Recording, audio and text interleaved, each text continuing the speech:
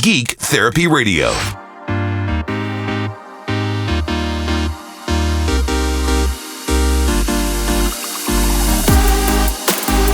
Welcome to Geek Therapy Radio. I'm your mental curator, Johnny Hemberger. So good to be back on the air after a week. It seems like a long expanse between the broadcasts, where I used to do 4 podcasts in between each broadcast. Now I've kind of whittled down to 2 or 3 podcasts a week in between the broadcast. I'll ramp it back up to 5 total podcasts per week later on, but right now, given the times and everything that I've explained, that my workload has gotten a little bit more busy, and I am very grateful for that, because there's a lot of people out there whose workloads have tragically become not very busy and furloughed and worst case even laid off. So I feel very privileged to be able to work and have the excuse of being busy. But anyways, glad to be back on the broadcast. You're tired of hearing about the C word. Hopefully Geek Therapy Radio is a place you can come and kind of engage your mind in a different way, at least for an hour or so each week, 2 hours or so, and with the podcast. Now, yes, of course, I'll mention coronavirus here and there, but I try to keep these things relatively evergreen and keep your mind. Let's think about some fun things. Let's think about some good things here on Geek Therapy Radio. One good thing to come out of the news this week for PC enthusiasts and PC builders is that there was a hubbub. There has been a hubbub with AMD initially saying that they were not going to support Zen 3 architecture CPUs, 4000 series AMD Ryzen CPUs on B450 motherboards, the 400 series chipset. That caused a major stir, kind of a backlash. People were claiming that this is this is AMD being greedy and there's no reason for this. It's been discussed. The horse has been beat to death, and we've continued to beat that dead horse.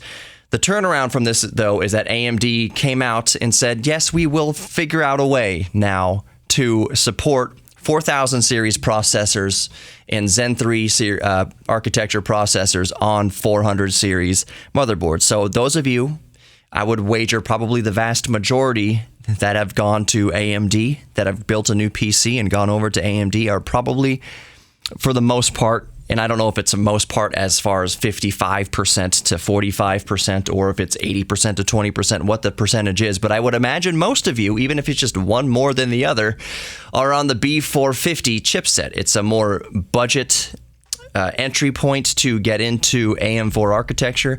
I don't think anybody is buying 300 series motherboards right now for AM4. It doesn't make much sense unless you're buying used chips, 1000 series and 2000 series AMD CPUs.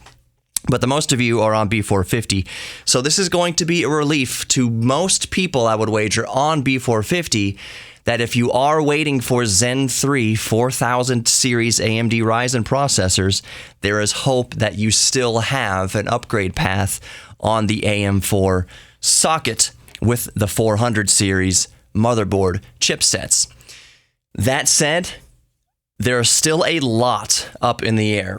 So one of the features that is included in Zen 3, but also in Zen 2, is PCIe 4.0, the PCIe Express 4.0 protocol. Intel doesn't even have that yet. To my knowledge, as of recording, Intel doesn't even have that on their 10th generation CPUs yet. Zen 2 3000 series chips have it, and the upcoming Zen 3 4000 series CPUs also have PCIe 4.0. B450 motherboards do not natively, out of the box, support PCIe 4.0. There are some motherboards that say, yeah, we upgrade your BIOS and you can get PCIe 4.0 support. That's kind of a mixed bag, and that could completely, it doesn't even depend on manufacturer. It depends on individual boards within the manufacturer's lineup. So that is one of the things that AMD officially does not support and will not warranty and will not guarantee PCIe 4.0 on 400 series chipsets. It just won't, because one of the things that AMD claims is that the traces, we haven't verified that the actual electrical traces in the circuit board can handle the extra throughput of PCIe 4.0. So we don't want to guarantee PCIe 4.0 and you're still getting just barely over PCIe 3.0 storage speeds and transfer speeds. So that's yet to be seen how well they're going to support 400 series chipsets. But I want to read the official release from AMD. And I'm going to read it in its entirety. This should only take a couple minutes here, but I want just the verbatim from AMD's mouth regarding supporting Zen 3 on 400 series motherboard, so B450 and whatnot. Here's AMD's full press release, and I'm grabbing this from AnonTech, and I'll include the link in the podcast description. As we head into our upcoming Zen 3 architecture, there are considerable technical challenges that face a CPU socket as long-lived as AMD's socket AM4. For example, we recently announced that we would not support Zen 3 on AMD 400 series motherboards due to serious constraints in SPI ROM capacities in most of the AMD 400 series motherboards. This is not the first time a technical hurdle has come up with AM4 given the longevity of the socket, but it is the first time our enthusiasts have faced such a hurdle. Over the past week, we've closely reviewed your feedback on that news. We've watched every video, read every comment, and saw every tweet. We hear that many of you hoped for longer upgrade path. We hear your hope that AMD B450 and X470 chipsets would carry you into the Zen 3 era. Our experience has been that large-scale BIOS upgrades can be difficult and confusing, especially as processors come on and off the support lists. As the community of socket AM4 customers has grown over the past 3 years, our intention was to take a path forward that provides the safest upgrade experience for the largest number of users. However, we hear you loud and clear that when you tell us you would like to see B450 or X470 boards extended to the next generation of Zen 3 products. As the team weighed your feedback against the technical challenges we face, we decided to change course. Here's my editorial. That's big for a company. That's awesome. Back to AMD. As a result, we will enable an upgrade path for B450 and X470 customers that adds support for next-gen Ryzen processors with the Zen 3 architecture. This decision is very fresh, but here's a first look at how the upgrade path is expected to work for customers on these motherboards. I'm going to interject and say we'll visit that upgrade path in the next segment. I'm running out of time here in the first segment of Geek Therapy Radio. Thank you for listening to Geek Therapy Radio. There is plenty more coming up, especially if you are a PC enthusiast or an AMD fan or on a B450 motherboard. This pertains to you. More Geek Therapy Radio coming up. Don't go anywhere.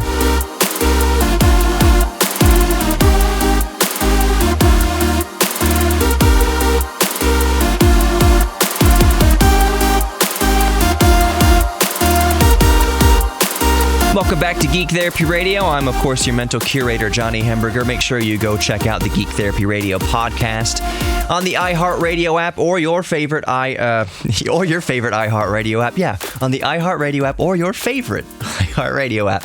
The podcast is available everywhere: Apple Podcasts, Pocket Casts, all sorts of different outlets. But of course, we here at iHeartRadio prefer the free iHeartRadio app. Just type in Geek Therapy Radio and look for the red, white, and black color scheme in any podcast platform, and you'll be all set. Or go to geektherapyradio.com for more information and fun stuff and links to the Geek Therapy Radio YouTube and Instagram and Twitter. Just basically Google search Geek Therapy Radio, and if the color scheme is red, black, or white, or any combination thereof, that's me. All right, so we left off the first segment talking about AMD's upgrade path for B450 motherboards, 400 series motherboards, that's B450 and X470 motherboards, in terms of Zen 3 in the upcoming 4000 series processors. So I'm going to read the paragraph leaning into that upgrade path. So we're going to backtrack just one paragraph so that we're all up to speed in AMD's plans going forward regarding 400 series motherboards and Zen 3. So we'll start that paragraph now. As the team weighed your feedback against the technical challenges we face, we decided to change course. As a result, we will enable an upgrade path for B450 and X470 customers that adds support for next-gen AMD Ryzen processors with the Zen 3 architecture. This decision is very fresh, but here is a first look at how the upgrade path is expected to work for customers of those of these motherboards. 1. We will develop and enable our motherboard partners with the code to support Zen 3 based processors in select beta BIOSes for AMD B450 and X470 motherboards. Beta. That's my editorial. That's a key point there. Beta. All right, moving on to number 2 from AMD. These optional BIOS updates will disable support for many existing AMD Ryzen desktop processor models to make the necessary ROM space available. Editorial, that's huge. Back to AMD. 3, the select beta BIOSes will enable a one-way upgrade path for AMD Ryzen processors with Zen 3 coming later this year. Flashing back to an older BIOS version will not be supported. So I'm going to interject here. What AMD is saying is that once you go 4000 series, you don't go back, if you catch my drift. If you have a 2000 series processor or below, and let's say you're buying a new AMD Zen 3 4000 series when it comes out, and you upgrade your BIOS to this beta BIOS that will support 4000 series CPUs, you cannot go back to 2000. So let's say you take out that 4000 series chip and because you bought a new X570 motherboard, or you're making a workstation or whatever, basically, unless you put another 3000 or 4000 series chip in that B450, you're screwed. If you have a 2000 series CPU laying around, you can't put it back in that motherboard. Once you flash to support Zen 3, you can't go back to supporting Zen 2 and below. Okay, back to AMD. Number 4, to reduce the potential for confusion, our intent is to offer BIOS download only to verified customers of 400 series motherboards who have purchased a new desktop processor with Zen 3 inside. This will help us ensure that customers have a bootable processor on hand after the BIOS flash, minimizing the risk a user could get caught in a no-boot situation. 5. Timing and availability of the BIOS updates will vary and may not immediately coincide with the availability of the first Zen 3-based processors. 6. This is the final pathway AMD can enable for 400 series motherboards to add new CPU support. CPU releases beyond Zen 3 will require a new motherboard. I'm going to interject here right now. That's fine. I personally thought it was understandable that they wouldn't support Zen 3 on 400 series chipsets. I've discussed that at length over the past week or so in the podcast. It's not the greatest for 400 series motherboards owners, true, but at the same time, socket does not mean that all chipsets are supported. Just because AMD said we're going to support AM4 at least through 2020 doesn't mean that they're going to support every single motherboard revision that came out. Doesn't mean they're going to support 300 series motherboards the whole time. Doesn't mean they're going to support 400 series motherboards the whole time. So the fact that they are shoehorning, a shoehorn of Zen 3 onto the 400 series motherboards onto some or most, whatever this is going to pan out. We don't know how this is going to pan out yet. But the fact that AMD is saying, okay, we're going to try our hardest to somehow support Zen 3 on 400 series chipsets, I don't think they even necessarily needed to do that in the first place. I am very happy that they did. This is huge. This is really cool that they are looking out for their customers this way. But at the same time, it's going to be difficult. All right, so the final one, number 7, back to AMD. 7, AMD continues to recommend that customers choose an AMD 500 series motherboard for the best performance and features of our new CPUs. So I'm going to interject again. That makes complete sense. And I still stand by what I've said in the past few podcasts over the week, that if you're building a new AMD system right now, it makes no sense to go with the 400 series motherboard. If you don't have any AMD motherboards right now, it is just my recommendation. You can do what you want. It's your own money. Maybe you don't want Zen 3. Maybe you're fine using reused processors.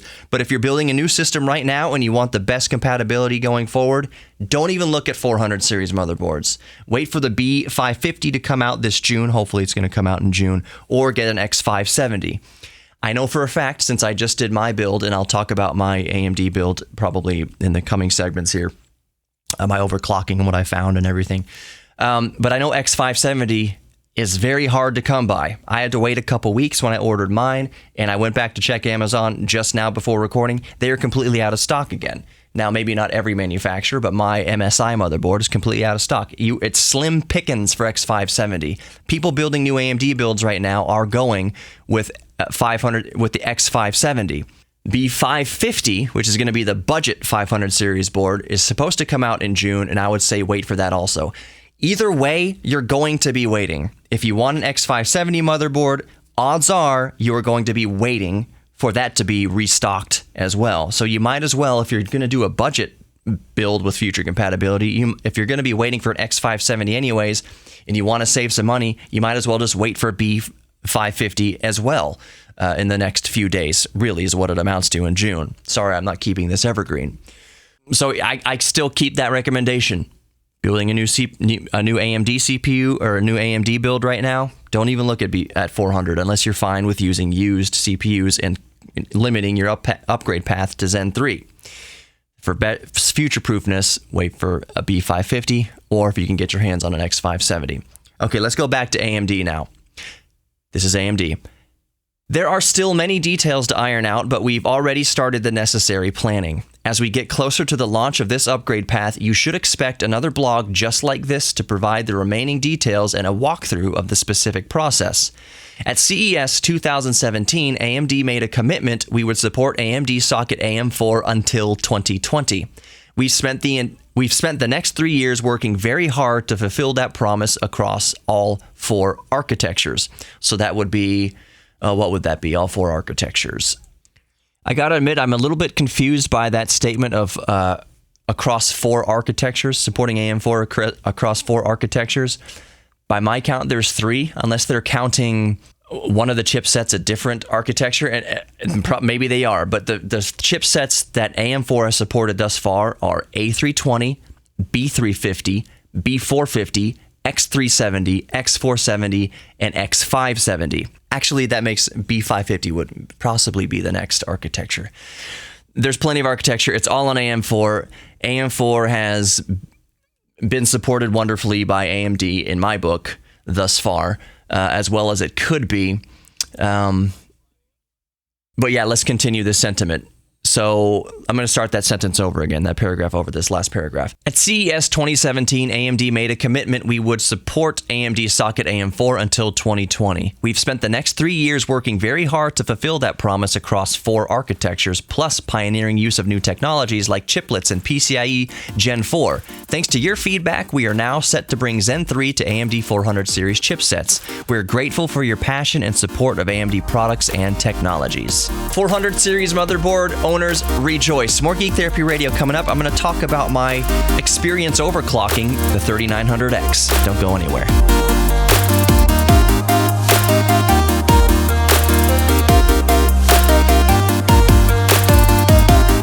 Welcome to Geek Therapy. Welcome. This is the 3rd segment. Welcome back to Geek Therapy Radio. If you're just tuning in right now, welcome to Geek Therapy Radio. I'm your mental curator, Johnny Hamburger, where I'm prone to talk about anything. Mostly the past few weeks or so, it seems to be computers because I've been on this AMD build. I've switched from Intel to AMD, at least for this build.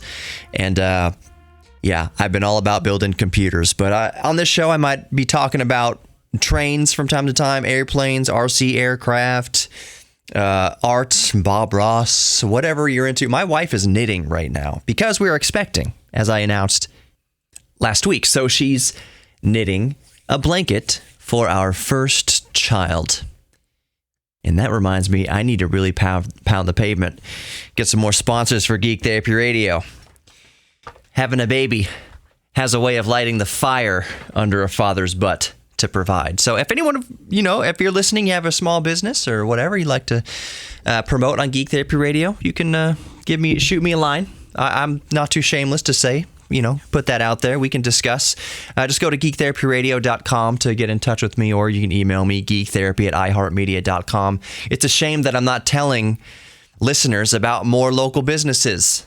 right now as local businesses begin to reopen and we begin to return to some form of normalcy. So if you'd like me to tell listeners about what you got going on, or a restaurant reopening, whatever you've got going on for your business, let me know. geektherapyradio.com or geektherapy@iheartmedia.com. I'd love to talk to you. So anyways, I talk about all sorts of things. Drones, like I mentioned, trains from time to time. I'm thinking about doing a train episode, the different types of train engines and things. I talk about flying, but I've been on this computer kick. And for the past few segments, we've been discussing AMD's change of course and supporting upcoming Zen 3 CPUs on 400 series motherboards. And AMD basically said it's going to be hard to do. And you can count on one thing for sure. This is the last of the upgrade path for 400 series motherboards. So I finally built my own PC. I finally went Team AMD for the first time. I cannot remember I think the last AMD processor I had was in a laptop in like 2011. It was trash. AMD has come a long way in the past 3 or 4 years since 2016, 2017 with the Ryzen series processors. I've upgraded from my Intel 4790K, which is a 4-core, 8-thread processor, to the 3900X, which is a 12-core, 24-thread processor. And last night I finally was able to swap the stock cooler. The stock cooler that the 3900X comes with isn't bad. I mean, it cools the chip okay, I guess. But I have a much better cooler. I had to order a new bracket for the AM4 socket, but I have a Silverstone Heligon HEO2, which is just a standard heat sink. It's not a AIO water cooler. It's not a liquid radiator. The whole point of my build is to keep it silent. So even though pump noise isn't very loud, and I get it, but it's just air coolers are so much simpler in their operation, so much more reliable. Here's a bit of a little tip for those of you who might not know. If you're going with the water cooler, with a liquid cooler for your computer system, if the pump fails, all you have is hot water sitting on top of that CPU boiling. If you're not moving that water around, if you're not putting it just like a car, if you're not moving the water around, if you're not blowing fans on the radiator and the water is just sitting there, it's just going to sit on top of your CPU or in your engine and boil out. It's the same thing, cars and computers. If you go with an air-cooled engine or an air cooler on your processor, old Volkswagen Beetles, they technically would overheat, but they were air-cooled. Old Porsches, air-cooled, meaning just air, and a lot of airplanes, most airplanes, a lot of airplanes are still air-cooled, just air moving over the engine, air moving through the slats and the heat spreaders and everything on the engine cools the engine. It's less to fail. When you have water pumps and coolant, there's more points of failure. So when you're in an airplane, you want as few points of failure as possible. So a lot of single-engine aircraft are just air-cooled. Old Porsches, air-cooled. Old cars, air-cooled. Less points of failure. Same thing with the PC. So I'm going with the air cooler. Also, it eliminates the pump, so there's just less moving parts, aka less noise. I have a couple of Noctua fans on my Silverstone Heligon HEO2 on the 3900X processor, and I have begun the task of overclocking. I will just say right off the bat, for those considering going to a high core count Ryzen, especially a 9, so a 3900X or a 3950X, which is 16 cores, 32 threads, these are 105 watt TDP chips. 105 watt TDP does not necessarily, especially with AMD, correspond directly to how much heat output, but it's a 105 watt rated chip. Bottom line is, doesn't matter how you slice it, these processors throw out a lot of heat. This processor throws out more heat than my 4790K. My 4790K, I believe, was a 95 watt TDP chip over there on the Intel side of things from 2014. So even my giant heatsink, the Heligon HEO2, which is designed to run most processors passively, meaning you just strap the heatsink to it, no fans at all, and it just dissipates the heat through convection naturally, and it keeps processors of that low TDP, 65 watts or below 95 watts, cool naturally. Not so with the 3900X. I need fans on it. They don't need to be spinning that fast. Matter of fact, I can have the fans shut off completely, 0 RPMs, no movement, when the chip is just kind of sitting idling, or I'm watching YouTube or just cruising the web. No fans in the system are running at all. I can create the fan profile and set it up that way.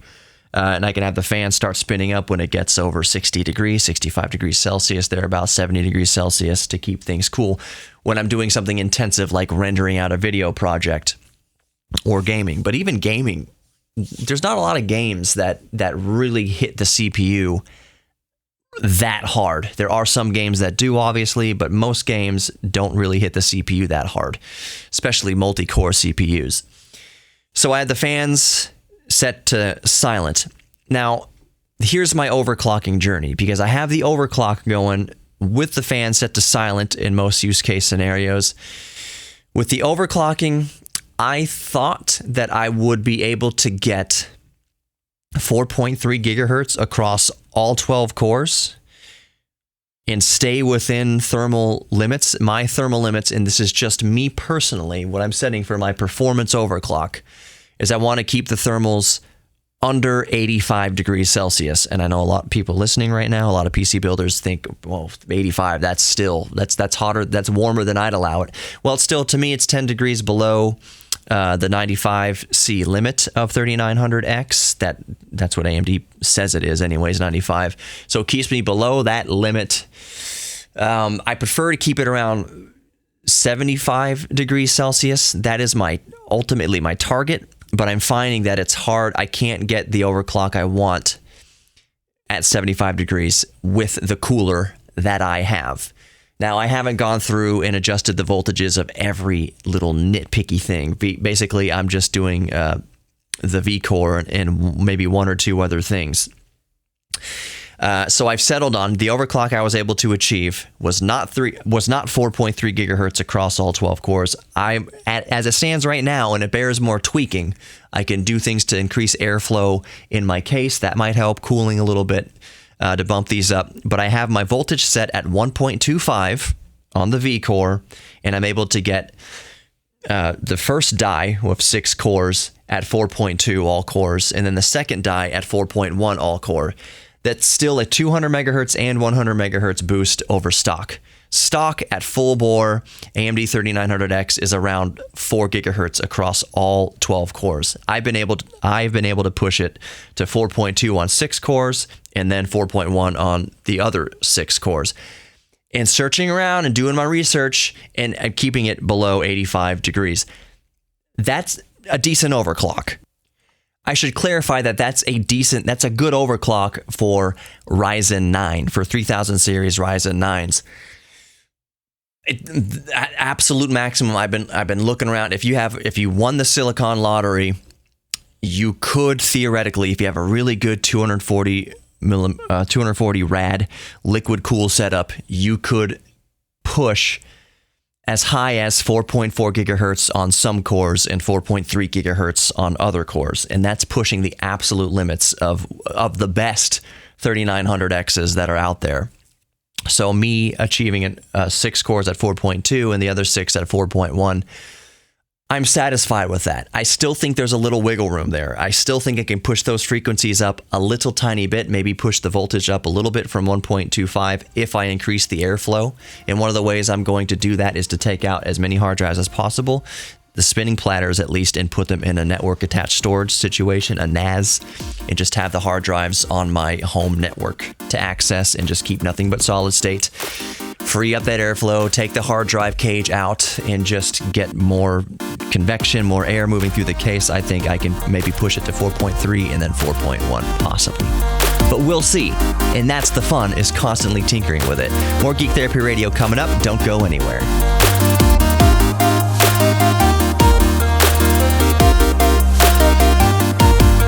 Welcome back to Geek Therapy Radio. I'm your mental curator, Johnny Hemberger, continuing my journey with overclocking and my new AMD Ryzen 9 3900X build.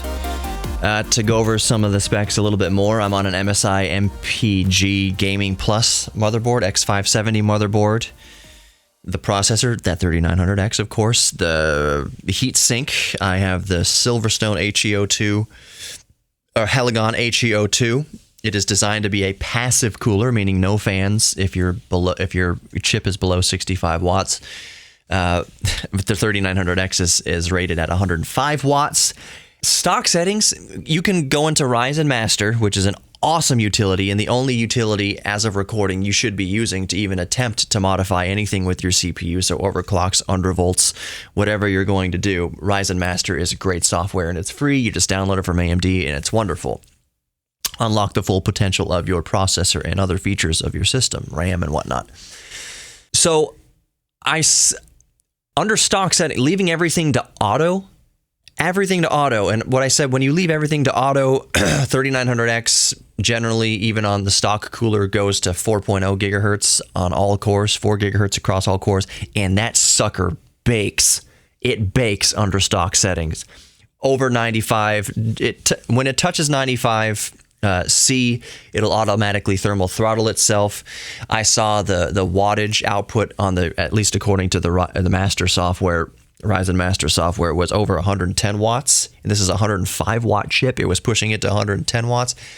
The automatic settings are trash, if I may say so myself. Does it keep it within the actual limits of the processor? Yeah, but you're really going to want, if you don't want to overclock, here's a really good tip. If you're not comfortable overclocking, you should get comfortable undervolting.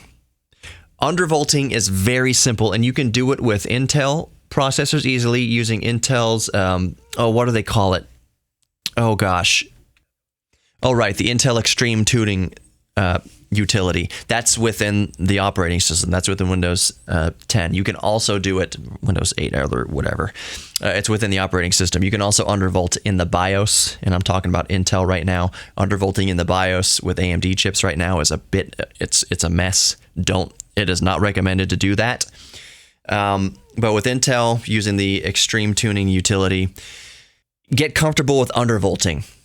Undervolting is one of the best things you can do outside of overclocking. Even when you overclock, one of the pieces of overclocking is finding what is the lowest voltage you can possibly send to your processor and keep things stable. So by default, if your processor is, AMD was sending over about 1.4, a little bit over 1.4 volts to the 3900X, which is why it was absolutely being crushed and baked during stress tests. It was peaking over 110 watts. It was getting over 95 C and throttling itself. That's too many volts, too much voltage. So before you ever think about overclocking, even if you never want to get into the tedium, but rewarding tedium of overclocking, I highly recommend getting comfortable with undervolting. Go into Intel Extreme Tuning utility, look for what's called the V-core. Usually it's called the V-core, and just start bringing it down and applying. So if the V-core says it's at 1.3, manually set it down to 1.28 and see if and then run a benchmark, see if it's stable. Go down to 1.25. How low can you get that voltage to go where your system is still stable and not crashing? When you get those volts low, that means your CPU is putting out less heat, which means it can operate at higher frequencies for much longer. You get more performance out of your chip by undervolting the chip, and it's one of the easiest things you can do, especially on your laptop, where heat dissipation is at a priority. Undervolt your laptop. You can see your temperatures on your laptop drop 20 degrees Celsius easily. 15 to 20 C easily just by undervolting your chip. It takes some time. You're going to have to dedicate just a little bit of time to tinkering with this. Just take it off of auto mode, set it to manual, and then see just how low you can take the voltage and keep your system stable. So undervolt all the way. It's really easy to do. It's one of the best things you can do for your system, especially a notebook. So overclocking, back to my journey with overclocking 3900X, I was getting worried and a little bit bummed. I was kind of pissed. I was like, why is my HEO2, this gigantic air cooler. It takes up most of the case easy. It is absolutely massive inside my case. It's like, why is this thing getting so hot? Why is this thing having such trouble cooling off the 3900X? Turns out it's just a hot chip. And even with the best air cooler or best water cooler, the best liquid coolers out there, it's still a hot chip. Under the best, most ideal conditions with water cooling solutions costing hundreds of dollars, you are still not going to get much of an overclock out of 3900X. Not much. You will get some. If you get 10% of an overclock out of a 3900X, you are considered very lucky. You got a good chip. You got a good bin chip. You won the silicon lottery. It's very tough. So I'm touching my HEO2 air cooler and it's really hot. I'm like, why? That sucks. Why is it hot? What's malfunctioning? Then I realized the air cooler is really hot. That means that means it's working. If you're touching the top of the air cooler and it's burning your hand, that doesn't mean that there's something wrong with your air cooler necessarily. It means that it's sucking so much heat. It's sucking all the heat out of the processor that it possibly can. If you put your finger on the processor itself, you would get a 3rd degree burn easily. It is so hot under there. So at 95 degrees Celsius, what is that Fahrenheit? Almost 200 degrees or so, something like that Fahrenheit. You're going to get burned. You're going to get scalded. You're going to get, depending how long you keep your finger on there, a 3rd degree burn easily if you were to touch the naked processor. Now, the naked processor wouldn't even boot. Actually, it would boot and then immediately shut off to save itself and save you money from frying your processor and buying a new one. It is not recommended to ever boot a system without some sort of heat spreader on your processor. So when I'm touching the top of my HEO2, the big thick boy air cooler, and it's really hot, first I was thinking, there's something wrong here. Then I was realizing, nope, everything's correct here. This is the best this air cooler could possibly be performing. It's just that the 3900X is hot. And that's all I'm relaying to you is if you're thinking about getting a 3000 series processor, especially a Ryzen 9, because I think 3700X is the Ryzen 7. It's a 65 watt processor. You're not going to run into the heat issues that you will on a 105 watt TDP processor. It throws off a lot of heat. Don't be discouraged if you're overclocking and you're not getting much over 100 or 200 hertz, possibly 300, exceptionally 400 hertz over stock clocks on the processor. That's completely normal for Ryzen 3. For Ryzen 9 3000 series processors. Maybe Zen 3 will be better with the heat. We'll see. But it's fun nonetheless to tinker with all these processors. What I have left to do, I'll wrap up the show with what I have left to do in my system. One is my solid state drive. I pulled so many parts just out of the 4790K build. It went so seamlessly. But my M.2 SSD is a SATA M.2, so it's operating at maybe 500 megabytes read and write maximum. PCI Express 4.0 means read and writes of over 5,000 megabytes. That's quite a jump over 500 megabytes. You're getting 5,000 megabytes. That's 5 gigabytes per second, even faster than that, way faster than that. So I still need to clone my SATA M.2 to an NVMe PCIe 4.0 M.2 and get those blazing PCIe 4.0 speeds. That's the most glaring upgrade right now. My system is super responsive, super snappy right now, even with that SATA M.2, but the NVMe PCIe 4.0, that's the next upgrade path. Like I said about the airflow, get the airflow going, get those temperatures down, maybe squeeze a few more megahertz out of it. Thank you for listening to Geek Therapy Radio. Make sure to visit my friends at Best Automotive in Kingwood. They'll take care of your classic car as well as your modern car. Most importantly, know that you're worthy of love, both giving and receiving love, and you are also worthy of your own self-respect. We're all geeks about something. Lean into your geek thing, and you'll find that you are capable of so much more than you originally thought. If you own a business and want to shack up with Geek Therapy Radio, just go to geektherapyradio.com or email me, geektherapy@iheartmedia.com. Let's talk about it over a beer or some coffee. But until next time, take care.